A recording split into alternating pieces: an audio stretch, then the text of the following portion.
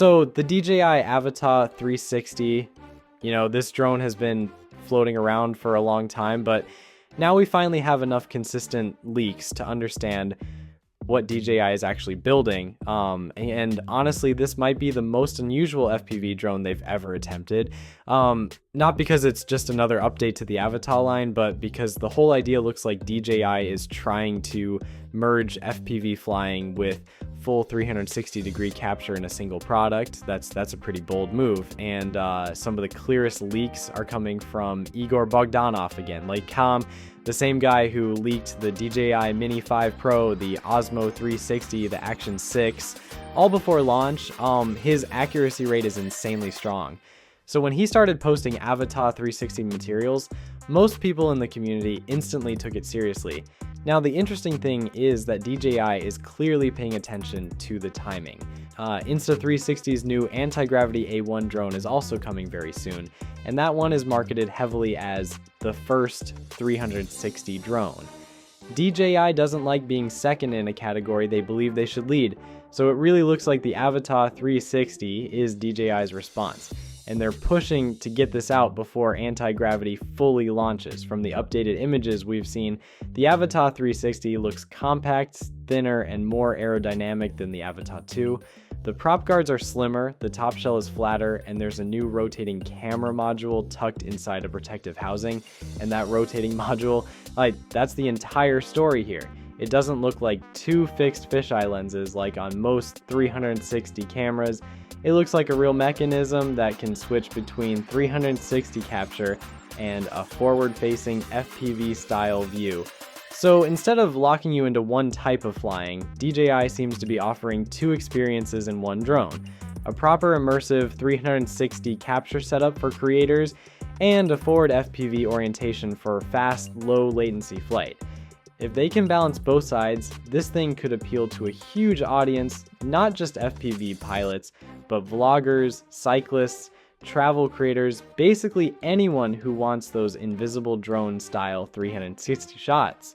Now, a lot of people are talking about this drone being under 250 grams. I've seen the posts, I've seen the comments, but I'll be honest with you, that doesn't really make sense. The Avata line has never been in the sub 250 category, and this time DJI is reportedly adding more hardware than ever: dual lenses, a rotating mechanism, LiDAR sensors, enlarged vents, a redesigned frame, and a battery bay that looks slightly longer in the leaked images. All of that adds weight, not reduces it.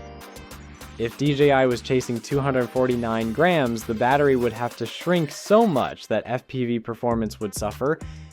You can't have a heavy-duty FPV motor system on a tiny battery.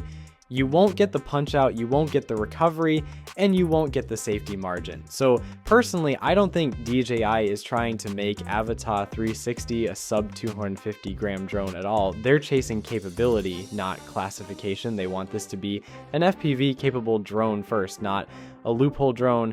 What stands out in the leaks is the presence of what look like dual LiDAR or depth sensors on the front. That's unusual for an Avata.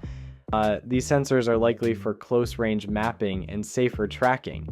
Essential if the drone is expected to follow subjects or navigate tight spaces while recording in full 360 degrees. One of the renders even shows the drone with a translucent bubble around it, like DJI is hinting at full spatial awareness. With 360 capture, obstacle sensing becomes twice as important because you can easily fly into something outside your forward field of view. Another detail that matters: control options. Unlike anti-gravity A1, which seems to rely mostly on a motion controller, DJI is giving pilots a motion controller and a dual stick RC with the screen. So you get that intuitive wrist tilt flying, but also full manual precision when you want it. That makes Avata 360 more of a hybrid tool that works for both beginners and advanced FPV flyers. Camera performance is still the biggest unknown, but based on what Igor leaked earlier, DJI might be using similar image tech to the Osmo 360, possibly even 8K 360 capture with advanced stabilization. And because the camera sits inside a protective shroud instead of a floating gimbal like the Mini 5 Pro, this drone might survive typical FPV crashes much better. Avata drones are strong, but this looks even more reinforced around the camera module. Battery life is another area where we can make educated guesses. The frame looks more aerodynamic and compressed, so even with a similar battery size to the Avata 2, flight efficiency could improve a bit. But don't expect miracles. 360 processing is heavy, and FPV modes drain batteries quickly. If anything, DJI will try to balance good flight time with enough power for safe FPV recovery. Now, one thing I'm very curious about is stabilization. In FPV mode, traditional stabilization uses gyro data and crops from a single forward view. But with a 360 camera, stabilization can come from any angle. The drone could theoretically use the entire spherical field to remove shakes without cropping the image heavily. That could produce FPV footage that's extremely smooth without losing the natural motion people love. Stitching quality is going to be important too. If the stitch line is visible during fast flight, the footage will look cheap. So DJI needs to handle stitching in camera at a very high level, especially at speed. And finally, launch timing. With Igor's track record and how polished the images look, it honestly feels like DJI is ready. But with all the pressure DJI is facing in the US, global launches might roll out differently. Still, ignoring the timing issues, the Avata 360 looks like DJI's next major release. Not a refresh, but a brand new direction. So that's the big picture.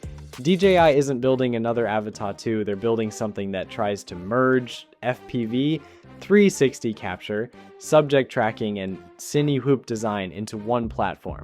Whether it hits 250 grams or not doesn't matter. The real story is the type of drone this could become. See you in the next one. Case closed for now.